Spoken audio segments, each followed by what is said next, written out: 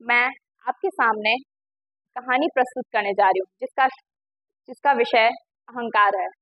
तो चलिए शुरू करते हैं। एक ऋषि थे, बहुत ही सरल, बहुत ही सहज, अत्यंत ज्ञानी।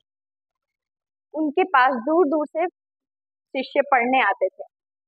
वह अपने शिष्य को बहुत ही लगन और मेहनत से पढ़ाते थे। एक दिन उनके पास एक राजकुमार आया, उनसे शिक्षा प्राप्त करने। राजकुमार ने मन लगा के पढ़ाई की, मन लगा के ज्ञान अर्जन किया। एक दिन गुरु ने उसे अपने पास बुलाया और बोला, बालक, तुम्हारी शिक्षा पूर्णतः प्राप्त हो चुकी है तुम्हारे पास।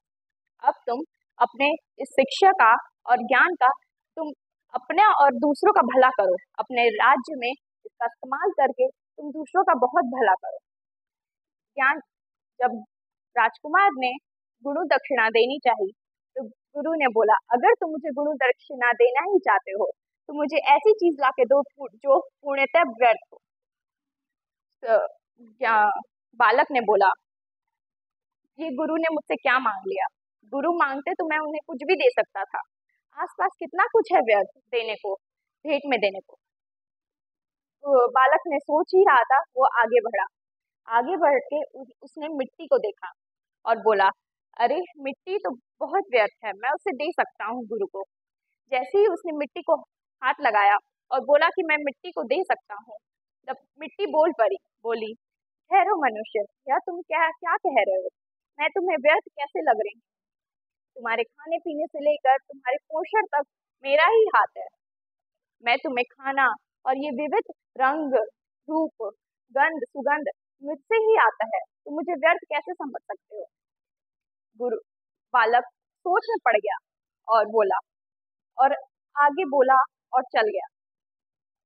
बालक बोला, अरे उसने देखा कि आगे ढेर पड़ा हुआ है, गंध का ढेर पड़ा हुआ है। ढेर देखकर बालक बोला, यह तो बहुत ही व्यर्थ है, मैं इसे गुरु को दे ही सकता हूँ। जैसे ही उसने गंध को हाथ में लेनी चाहिए तो गंध बोला, ठहरो मानव, यह तुम क्या कर रहे हो? मैं तुम्हें व्यर्थ कैसी लग रही हूँ? मानव सोच में पड़ा। गंध ने बोला, यह तुम जो तुम मिट्टी से तुम धान और ये खाने उत्पाद खाने के लिए अपने लिए जमाते हो, वह मुझसे ही आती है, मैं उसे पोषण देता हूँ। जो तुम खाते हो पीते हो मुझसे ही सारे पोषित होते हैं। मानव फिर सोच में पड़ा और मन ही मन मुस्कुराया। उसने सोचा, यह मेरे गुरु का दिया हुआ आखिरी ज्ञान है जो मुझ में आया। मैं बहुत ही खुश हूँ कि मुझे ऐसा गुरु ने मुझे ज्ञान दिया। और वह बोला, जो वह सोचा कि व्यर्थ और तुच्छ तो मैं ही हूँ जो दूसरों को व्यर्थ और तुच्छ समझता है। बालक जल्दी ही अपने गुरु के पास पहुंचा और बोला, गुरु, मैं अपना अहंकार आपके चरणों में रखता हूँ। मैं मैं ही सबसे ज्यादा व्यर्थ और तुच्छ हूँ जो सबको व्यर्थ और तुच्छ समझता है। गुरु बहुत ही खुश हुए। वह सोचे, मेरी शिक्षा सही मायने में पूरी हुई। इसीलिए कहा जाता है, अहंकार में तीनों गए, वैभव, धन और वंश।